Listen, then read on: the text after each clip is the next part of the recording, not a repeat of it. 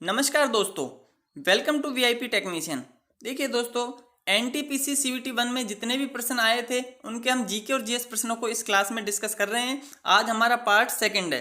देखिए प्रश्न संख्या 1 पर चलते हैं हम कि गोल गुंबद कहाँ पर स्थित है। दोस्तों, गोल गुंबद कर्नाटक के बीजापुर में स्थित है, तो इसका राइट आंसर था बीजापुर। अब देखिए एग्जैक्टली गोल गुंबद है क्या, तो ये सुल्तान मोहम्मद आदिल शाह का मकबरा है। ठीक है दोस्तों, ये था प्रश्न संख्या 1।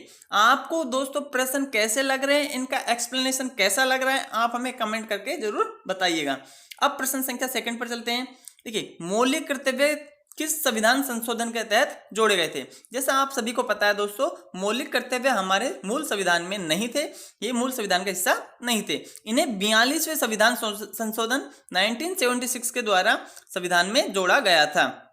बात करें मौलिक कर्तव्यों की, तो ये रूस के संविधान से लिए गए हैं और सरदार स्वर्ण सिंह समिति की अनुशंसा पर जोड़े गए थे। देखिए नेक्स्ट प्रश्न की बात करें, उर्वरक उत्पादन ये कौन सी क्रांति से संबंधित है। तो उर्वरक उत्पादन की बात करें तो ये धूसर क्रांति यानी ग्रे रिवॉल्यूशन से संबंधित है। देखिए दोस्तों, कुछ महत्वपूर्ण क्रांतियां और हैं जिन्हें भी हम यहीं डिस्कस कर लेते हैं कि हरित क्रांति ये खाद्यान्न उत्पादन से संबंधित है, श्वेत क्रांति दूध उत्पादन से संबंधित है, पीली क्रांति तिलहन और खाद्य तेलों से संबंधित है, नीली क्रांति की बात करें मछली उत्पादन से, गुलाबी क्रांति झींगा उत्पादन से, काली क्रांति पेट्रोलियम और खनिज तेलों के उत्पादन से संबंधित है। आगे और कुछ क्रांतियों की बात करते हैं दोस्तों। रजत क्रांति की बात करें तो ये अंडा उत्पादन से संबंधित है। सुनहरी क्रांति की बात करें तो ये बागवानी उत्पादन से संबंधित है। देखिए दोस्तों, एक गोल क्रांति भी है जो है आलू उत्पादन से संबंधित। तो इस प्रकार से ये कुछ महत्वपूर्ण क्रांतियां थी, इन्हें भी आप याद रखिएगा।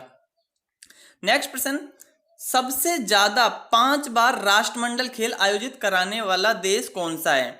तो देखिए दोस्तों, ऑस्ट्रेलिया अभी तक सबसे ज्यादा 5 बार राष्ट्रमंडल खेलों का आयोजन करा चुका है। 1938, 62, 82, 2006 और 2018, ये 5 बार ये ऑस्ट्रेलिया राष्ट्रमंडल खेलों का आयोजन करा चुका है। इसके अलावा कनाडा ने 4 बार और न्यूजीलैंड ने 3 बार कराया है। और दोस्तों भारत के अंदर 2010 में दिल्ली के अंदर राष्ट्रमंडल खेलों का आयोजन हुआ था। प्रश्न संख्या 5 देखिए, भारत में राष्ट्रीय आय की गणना सर्वप्रथम किसने की थी। देखिए भारत की बात करें तो दादा भाई नौरोजी के द्वारा सबसे पहले राष्ट्रीय आय की गणना की गई थी 1867-68 के अंदर। इन्होंने क्या था दोस्तों, धन के पलायन का सिद्धांत के आधार पर यह गणना की थी। उस समय जो प्रति व्यक्ति आय निकाली थी दोस्तों, वो गणना करके कितनी आई थी, 20 रुपए प्रति वर्ष। लेकिन वैज्ञानिक आधार पर पहली बार राष्ट्रीय आय की गणना कब हुई थी, 1931-32 में, जो वी.के.आर.बी. राव के द्वारा की गई थी। और इस समय कितनी कैलकुलेशन निकल के आई थी दोस्तों, 62 रुपए प्रति वर्ष राष्ट्रीय आय निकल के आई थी प्रति व्यक्ति। नेक्स्ट प्रश्न पर चलते हैं, सेब में होने वाला रोग कौन सा है। तो देखिए दोस्तों, सेब में मुख्य रूप से सेब पपड़ी, fire blight and powdery mildew ये रोग होते हैं। इनमें से ऑप्शन में था दोस्तों फायर ब्लाइट, जिसे हम राइट आंसर मानेंगे। सेब में विकार, देखिए कौन कौन से विकार उत्पन्न हो जाते हैं, bitter pit, brown heart and cork spot, ये कुछ मुख्य विकार है जो इस सेब में उत्पन्न हो जाते हैं। भारत का प्रथम संचार उपग्रह कौन सा है। देखिए प्रथम संचार उपग्रह की बात है यहाँ, तो दोस्तों एप्पल भारत का प्रथम संचार उपग्रह था। इसकी फुल फॉर्म क्या है दोस्तों, एरियन पैसेंजर पेलोड एक्सपेरिमेंट। ठीक है, अब बात करें पहला कम्युनिकेशन सैटेलाइट है, ये कब लॉन्च किया गया था दोस्तों, 1981 में। और देखिए प्रथम दूर संवेदी उपग्रह की बात करें तो दोस्तों ये था स्रोस ए यानी स्ट्रेच्ड रोहिणी सैटेलाइट सीरीज। देखिए और ये आप सभी को पता है इंडिया का पहला सैटेलाइट कौन सा था, आर्यभट्ट। नेक्स्ट प्रश्न की बात करें दोस्तों, मोपला विद्रोह, वेरी इंपॉर्टेंट दोस्तों आगे आने वाले एग्जामों के लिए भी, क्योंकि इसे अभी हाल ही में 100 वर्ष पूरे हुए हैं। तो ये मोपला विद्रोह ये कौन सा विद्रोह के नाम से जाना जाता है, मालाबार विद्रोह के नाम से भी जाना जाता है, जो किसके द्वारा किया गया था, केरल के मोपला मुसलमानों के या वहां के स्थानीय जमींदारों के द्वारा। और कब हुआ था दोस्तों, ये 1921 में हुआ था। ठीक है दोस्तों, 1921 में हुआ था, हाल ही में इसे 100 वर्ष पूरे हुए, इसलिए ज्यादा इंपॉर्टेंट है। विनायक दामोदर सावरकर जी ने मोपला नामक उपन्यास की रचना की थी। तो मोपला एक उपन्यास है जिसकी रचना किसने की, विनायक दामोदर सावरकर ने। नेक्स्ट प्रश्न पर चलते हैं, NIU की फुल फॉर्म क्या है। ठीक है, NIU की फुल फॉर्म क्या करें तो यह है network interface unit. NIU, network interface unit. Next प्रश्न देखिएगा दोस्तों, अर्थशास्त्र में नोबेल प्राइज किसे दिया गया है? तो अर्थशास्त्र में नोबेल पुरस्कार की बात करें 2020 में किसे दिया गया था? तो देखिए दोस्तों, पॉल आर मिलोग्राम और रॉबर्ट वी विल्सन, इन्हें दोनों को सम्मिलित रूप से अर्थशास्त्र का नोबेल प्राइज दिया गया है। और किसके लिए दिया गया है दोस्तों? तो ये दिया गया है इन्हें ऑक्शन थ्योरी या नीलामी सिद्धांत में सुधार के लिए। नेक्स्ट प्रश्न पर चलते हैं, जलियांवाला बाग हत्याकांड के समय भारत के वायसराय कौन थे? देखिए दोस्तों, आप सभी को पता है ये घटना है अमृतसर की, और इस समय जो भारत के वायसराय थे वो कौन थे दोस्तों? Lord Chelmsford. और देखिए ये घटना कब हुई थी? 13 अप्रैल 1919 को हुई थी। और ये आपको पता है जनरल डायर ने इस समय आदेश दे दिया था गोली चलाने का निहत्थों पर। सूर्य की चमकीली सतह को क्या कहते हैं? देखिए सूर्य की चमकीली सतह को कहा जाता है फोटोस्फीयर। दोस्तों सूर्य की चमकीली जो सतह होती है उसे कहा जाता है फोटोस्फीयर। मुख्य रूप से दोस्तों इसमें क्या क्या होते हैं? हाइड्रोजन और हीलियम, ये दोनों ही मुख्य घटक होते हैं, जिसमें हाइड्रोजन की मात्रा 73.46 है और हीलियम की मात्रा 24.85 है। इसके अलावा कुछ मात्रा में ऑक्सीजन और कार्बन भी पाई जाती है। सापेक्षता का सिद्धांत किसने दिया था? Theory of relativity. देखिए दोस्तों ये दिया था अल्बर्ट आइंस्टीन ने, और इन्हें ही आधुनिक भौतिकी के पिता कहा जाता है। इंडियन फ्लैग को ब्रिटेन से चुराकर कौन लाया था? तो देखिए दोस्तों इस क्वेश्चन को इस तरीके से भी पूछा जाता है कि विदेशी धरती पर भारतीय ध्वज को फहराने वाला पहला भारतीय कौन था? तो दोस्तों पहला भारतीय जिसने विदेशी धरती पर भारतीय ध्वज को फहराया था वो थे भीकाजी कामा, जो कहाँ थे दोस्तों? कहाँ पर इन्होंने फहराया था? जर्मनी में स्टटगार्ड के अंदर इन्होंने भारतीय ध्वज को फहराया था। और आपको पता होगा दोस्तों ये इंडियन फ्लैग को डिजाइन किसने किया है? तो डिजाइन की बात करें दोस्तों पिंगली वेंकैया ने इंडियन फ्लैग को डिजाइन किया है। संविधान सभा का विचार सबसे पहले किसने दिया था? तो संविधान सभा के विचार की बात करें दोस्तों तो सबसे पहले स्वराज पार्टी ने 1934 के अंदर दिया था। देखिए दोस्तों स्वराज पार्टी की स्थापना की बात करें तो 1923 में हुई थी, और मोतीलाल नेहरू और चित्तरंजन दास ने स्वराज पार्टी की स्थापना करी थी। टिहरी जल विद्युत परियोजना किस राज्य से संबंधित है? टिहरी जल विद्युत परियोजना की बात करें तो ये दोस्तों उत्तराखंड के टिहरी जिले में संबंधित है, और ये भागीरथी नदी पर है। नेक्स्ट देखिए, प्रधानमंत्री कुशल विकास योजना ये किस मंत्रालय के अधीन आता है? तो दोस्तों प्रधानमंत्री कुशल विकास योजना ये आता है ministry skills development and entrepreneurship, और ये कब लॉन्च की गई थी? 16 जुलाई 2015। 49वीं समांतर रेखा की बात हो रही है दोस्तों, ये किन दो देशों के मध्य है? तो देखिए दोस्तों यहाँ उत्तर ही नहीं आएगा, ये है अमेरिका और कनाडा, इन दोनों के मध्य। तो दोस्तों अमेरिका और कनाडा दोनों के मध्य है 49वीं समांतर रेखा। इसके अलावा कुछ महत्वपूर्ण रेखाएं हो रही दोस्तों, जैसे 38वीं समांतर रेखा की बात करें तो ये उत्तर कोरिया और दक्षिण कोरिया को डिवाइड करती है। 141वीं पश्चिमी देशांतर रेखा की बात करें तो ये अलास्का और कनाडा के बीच में है। 70वीं समांतर रेखा की बात करें तो ये उत्तरी वियतनाम और दक्षिणी वियतनाम के बीच में स्थित है। ऐसे 24वीं समांतर रेखा की बात करें दोस्तों तो ये भारत और पाकिस्तान के बीच में है, जो कच्छ के पास में पाई जाती है। प्लासी का युद्ध किनके मध्य हुआ था? देखिए दोस्तों प्लासी के युद्ध की बात करें तो ये ब्रिटिश ईस्ट इंडिया कंपनी के रॉबर्ट क्लाइव और दूसरी तरफ से बंगाल के नवाब सिराजुद्दौला, इन दोनों के मध्य युद्ध हुआ था, जिसमें रॉबर्ट क्लाइव ने सिराजुद्दौला को हरा दिया था। ये युद्ध कब हुआ था दोस्तों? 23 जून 1757। दोस्तों यहाँ हम एक छोटा सा सवाल आपके लिए छोड़ते हैं कि प्लासी किस राज्य में स्थित है, यह आप हमें कमेंट करके जरूर बताइएगा। बार्क का मुख्यालय कहाँ है? देखिए दोस्तों बार्क की फुल फॉर्म की बात करें तो ये है Bhabha atomic research centre, Bhabha atomic research centre. और इसका मुख्यालय कहाँ है दोस्तों? इसका मुख्यालय स्थित है ट्राम्बे में, जो है मुंबई महाराष्ट्र के अंदर। और इसका फॉर्मेशन की बात करें दोस्तों, इसकी स्थापना कब हुई थी? 3 जनवरी 1954 को बार्क की स्थापना हुई थी, बार्क का फॉर्मेशन हुआ था। नेक्स्ट प्रश्न देखिए दोस्तों, एनएनपी को किस प्रकार से कैलकुलेट किया जाता है, इसकी गणना किस प्रकार से होती है? दोस्तों बात करें एनएनपी यानी शुद्ध राष्ट्रीय उत्पाद की, तो सकल राष्ट्रीय उत्पाद में से मूल्यह्रास को अगर घटा दिया जाए तो एनएनपी यानी शुद्ध राष्ट्रीय उत्पाद की गणना हो जाएगी। सकल राष्ट्रीय उत्पाद माइनस मूल्यह्रास। देखिए दोस्तों सकल राष्ट्रीय उत्पाद की बात करें, इसकी गणना कैसे की जाती है? तो सकल घरेलू उत्पाद में से विदेश से अर्जित हुआ विशुद्ध आय को जोड़ दिया जाता है। ऐसे बात करें शुद्ध घरेलू उत्पाद की, तो सकल घरेलू उत्पाद प्लस इसमें से मूल्यह्रास को घटा दिया जाता है दोस्तों। जीडीपी की बात करें तो उपभोग प्लस सकल निवेश प्लस सरकारी खर्च प्लस निर्यात में से आयात को घटा दीजिए, इन सब का जो टोटल ऐड आएगा दोस्तों वो क्या होगा, हमारा जीडीपी। रक्त परिसंचरण तंत्र का हिस्सा नहीं है, तो देखिए दोस्तों जो भी हमारे ऑप्शन था उनमें से बड़ी आंत ऐसा ऑप्शन था जो रक्त परिसंचरण तंत्र का हिस्सा नहीं है। इसके अलावा देखिए धमनी, सिराए, आर्टरीज, कैपिलरीज, वेन्स, हार्ट, ये सभी दोस्तों रक्त परिसंचरण का हिस्सा होते हैं। नेक्स्ट प्रश्न है कौन सी अदिश राशि है, स्केलर क्वांटिटी पूछा था दोस्तों, अदिश राशि कौन सी है। तो देखिए यहाँ दो राशि हैं दोस्तों, एक अदिश है और एक सदिश है।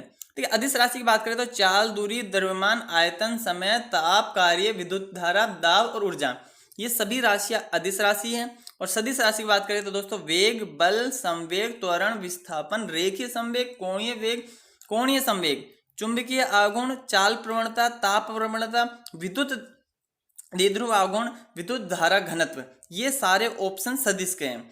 अब देखिए जो भी इसमें था उसे हम राइट आंसर लगा देते हैं। तो दोस्तों ये सभी वो है जो सारे महत्वपूर्ण है और एग्जाम में बार बार पूछे जाते हैं, तो इन्हें आप एक बार याद कर लीजिएगा। 65th फिल्म फेयर अवार्ड में बेस्ट फिल्म का अवार्ड किसे मिला था, तो दोस्तों इसे मिला था गली बॉय को, ये था 13वां अवार्ड। ठीक है दोस्तों, अच्छा देखिए कब हुआ था ये 15 फरवरी 2020 को हुआ था 65वां Filmfare award, Indira Gandhi athlete stadium Guwahati के अंदर। बेस्ट फिल्म कौन सी थी दोस्तों, गली बॉय। बेस्ट डायरेक्टर थी जोया अख्तर, बेस्ट एक्टर रणवीर सिंह और best actress Alia Bhatt. UNDP का मुख्यालय कहाँ स्थित है, यूएनडीपी की बात करें दोस्तों, फर्स्ट ऑफ ऑल इसकी फुल फॉर्म की बात कर लेते हैं, यूनाइटेड नेशंस डेवलपमेंट प्रोग्राम। ठीक है, यूनाइटेड नेशन डेवलपमेंट प्रोग्राम। ठीक है, इसका हेडक्वार्टर कहाँ है, तो इसका हेडक्वार्टर है दोस्तों न्यूयॉर्क यूएस में। अच्छा देखिए दोस्तों यूएनएससी इसकी बात करें तो इसका हेडक्वार्टर भी न्यूयॉर्क के अंदर स्थित है। येन किस देश की मुद्रा है, येन की बात करें दोस्तों येन है जापान की मुद्रा। साहित्य अकादमी का मुख्यालय कहाँ स्थित है, देखिए दोस्तों साहित्य अकादमी की बात करें तो इसका मुख्यालय स्थित है दिल्ली के अंदर। ठीक है दोस्तों, साहित्य अकादमी का मुख्यालय कहाँ स्थित है, दिल्ली के अंदर, रविंद्र भवन। अब इसका फॉर्मेशन कब हुआ था, 12 मार्च 1954। देखिए दोस्तों 1954 में अभी हमने थोड़ी देर पहले पढ़ा था, यहाँ बार्क की स्थापना भी 1954 में हुई थी। अच्छा देखिए दोस्तों साहित्य अकादमी से संबंधित एक फैक्ट और बता देते हैं आपको, ये 24 भाषाओं में दिया जाता है, जिनमें से 22 भाषाएं तो हमारे कॉन्स्टिट्यूशन में शामिल है और इसके अलावा इंग्लिश प्लस राजस्थानी 2 लैंग्वेज और शामिल है। तो टोटल 24 भाषाओं में साहित्य अकादमी पुरस्कार दिए जाते हैं। संगीत या म्यूजिक के क्षेत्र में कौन सा अवार्ड दिया जाता है, तो दोस्तों एक इनमें ऑप्शन में था ग्रैमी अवार्ड, जो संगीत के क्षेत्र में दिया जाता है। नेक्स्ट प्रश्न की बात करें, किस नियमानुसार नियत ताप पर गैस का आयतन दाब के व्युत्क्रमानुपाती होता है। ये बताना था कि कौन सा नियम ऐसा कहता है कि नियत ताप पर गैस का आयतन दाब के व्युत्क्रमानुपाती होगा, तो दोस्तों इसका राइट आंसर था बॉयल का नियम। ठीक है, देखिए दोस्तों कुछ गैस के नियम है जहां से क्वेश्चन पूछे जाते हैं, इनमें से देखिए आप कौन कौन से हैं। एक है चार्ल्स का नियम, एक है एवोगैड्रो नियम, एक है डाल्टन का आंशिक दाब का नियम और एक है गै-लुसेक का नियम। ये चारों नियम ही इंपॉर्टेंट और एग्जाम में पूछे जाते हैं, आप इन्हें ध्यान से देख लीजिए दोस्तों। चार्ल्स के नियम की बात करें तो इस समय नियत दाब पर गैस का आयतन, गैस के द्रव्यमान का जो आयतन होगा दोस्तों वो तापमान के समानुपाती होगा। एवोगैड्रो क्या कहता है, समान ताप और दाब पर, यहाँ दाब और ताप दोनों समान रहेंगे, तो जो गैस के समान आयतन के अणुओं की संख्या होगी दोस्तों वो कैसी रहेगी, समान रहेगी। जितनी भी गैसें होंगी उनमें समान आयतन होगा तो अणुओं की संख्या भी क्या होगी, उसमें समान होगी। डाल्टन के आंशिक दाब का नियम क्या कहता है कि परस्पर क्रिया न करने वाली गैसों का कुल दाब उन गैसों के आंशिक दाबों के योग के बराबर होता है। और एक लास्ट है गै-लुसेक का नियम। दोस्तों गै-लुसेक का नियम क्या कहता है कि किसी भी गैस के आयतन को नियत रखा जाए, यानी आयतन इसमें क्या रखना होगा, नियत। गै-लुसेक में आयतन नियत होगा तो दोस्तों गैस का जो दाब होगा वो ताप के समानुपाती होता है। कौन सी ऑक्सिलरी मेमोरी नहीं है, तो देखिए ऑक्सिलरी मेमोरी में तो वहाँ ऑप्शन में थे रैम या रोम, जो भी होगा वो इसका राइट आंसर हो जाएगा। देखिए एग्जैक्टली ऑक्सिलरी मेमोरी को नॉन वोलेटाइल मेमोरी या सेकेंडरी स्टोरेज भी कहा जाता है, और ये मुख्य रूप से कौन कौन सी है, hard disk, floppy disk, magnetic tape magnetic disk. ये सभी ऑक्सिलरी मेमोरी या नॉन वोलेटाइल मेमोरी या सेकेंडरी स्टोरेज कहलाते हैं। भारत का प्रथम परमाणु संयंत्र कब स्थापित हुआ था? देखिए दोस्तों, भारत के प्रथम न्यूक्लियर पावर प्लांट की बात करें तो ये 1969 में तारापुर महाराष्ट्र के अंदर स्थापित हुआ था और ये यूएसए की सहायता से स्थापित किया गया था। देखिए, भारत के अंदर मुख्य रूप से जो 8 परमाणु विद्युत गृह हैं उन्हें कौन कौन से, वो ध्यान से आप देख लीजिएगा। एक है तारापुर जो है महाराष्ट्र में, रावत भाटा राजस्थान में, काकरापार गुजरात में, जेतपुरा महाराष्ट्र में, नरोरा यूपी में, कलपक्कम तमिलनाडु में, केगा कर्नाटक में एंड लास्ट है दोस्तों कुडनकुलम जो है तमिलनाडु में।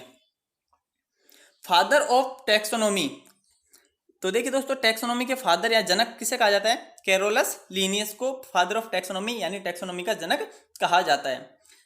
नेक्स्ट प्रश्न देखिए, किस राज्य में विधान परिषद है? तो विधान परिषद की बात हो रही है दोस्तों, तो इसके लिए एक छोटी सी ट्रिक है दोस्तों, तू भी मजा कर। बिल्कुल दोस्तों, ये ट्रिक है, तू भी मजा कर। देखिए दोस्तों, तू भी मजा कर, तो देखिए दोस्तों, ये है एक छोटी सी ट्रिक, मजा कर। यहां से टी से है दोस्तों तेलंगाना, यू से है यूपी, बी से है बिहार। 3 तो राज्य ये हो गए। मैं से है दोस्तों महाराष्ट्र, ए से है दोस्तों आंध्र प्रदेश एंड के से है कर्नाटक। तो टोटल हमारे पास में यहाँ 6 ऐसे राज्य हैं जिनमें वर्तमान में विधान परिषद है। लेकिन दोस्तों देखिए, 27 जनवरी 2020 को आंध्र प्रदेश कैबिनेट ने विधान परिषद को समाप्त करने के लिए मंजूरी दे दी है। तो इसकी मंजूरी के बाद में टोटल 5 राज्य ऐसे रह जाएंगे जिनमें विधान परिषद होगी। ठीक है दोस्तों, तो आंध्र प्रदेश, बिहार, कर्नाटक, महाराष्ट्र, तेलंगाना एंड उत्तर प्रदेश, इन सभी 6 राज्यों में विधान परिषद है। Lichen are well known as sensitive indicator. Lichen को दोस्तों किसके लिए इंडिकेटर माना जाता है? तो दोस्तों लाइकेन किस चीज को बताता है? एयर पोल्यूशन को, वायु प्रदूषण के लिए लाइकेन का यूज किया जाता है। क्यों किया जाता है? क्योंकि दोस्तों SO2 को अवशोषित करने की उसकी क्षमता होती है, जिसके आधार पर वायु प्रदूषण की गणना की जाती है। तो लाइकेन क्या होता है दोस्तों? वायु प्रदूषण का इंडिकेटर काम करता है। संतुर वादक कौन है? तो देखिए, संतुर वादक में दोस्तों मुख्य रूप से जो संतुर वादक है भारत के, वो देखिए शिव कुमार शर्मा, रुस्तम सोपोरी, वर्षा अग्रवाल और तरुण भट्टाचार्य। ये चारों ही मुख्य संतुर वादक है भारत के। इनमें से जो भी ऑप्शन होगा राइट आंसर माना जाएगा। देखिए, मेमोरी में संग्रहित डेटा को प्रदर्शित करने के लिए, मेमोरी में संग्रहित डेटा को प्रदर्शित करने के लिए क्या करना होगा? आउटपुट और प्रोसेसिंग प्रोसेस अपनाना होगा। ठीक है। अच्छा, अब लास्ट क्वेश्चन क्या था दोस्तों कि इंद्रधनुष, मिशन इंद्रधनुष किससे संबंधित है? देखिए दोस्तों, इंद्रधनुष क्रांति की बात करें तो वो टीकाकरण से था, लेकिन इंद्रधनुष की बात करें, मिशन इंद्रधनुष, तो ये दोस्तों बैंक से संबंधित था। ठीक है, तो बैंक से संबंधित है। बैंकों में दोस्तों A2G, इसे ये भी कहा जाता है A2G। ठीक है, A फॉर अपॉइंटमेंट से लेकर के जहां पूरा गवर्नमेंट प्रोसेस रहता है सारा, वो सारे में सुधार के लिए ये बैंक में इंद्रधनुष मिशन चलाया गया है। तो ये थे दोस्तों आज के प्रश्न। आपको ये सभी प्रश्न कैसे लगे आप हमें कमेंट करके जरूर बताइएगा। दोस्तों, अगर वीडियो आपको पसंद आती है तो ज़्यादा से ज़्यादा इसे शेयर कीजिएगा। थैंक यू दोस्तों, नेक्स्ट वीडियो में फिर से मिलते हैं।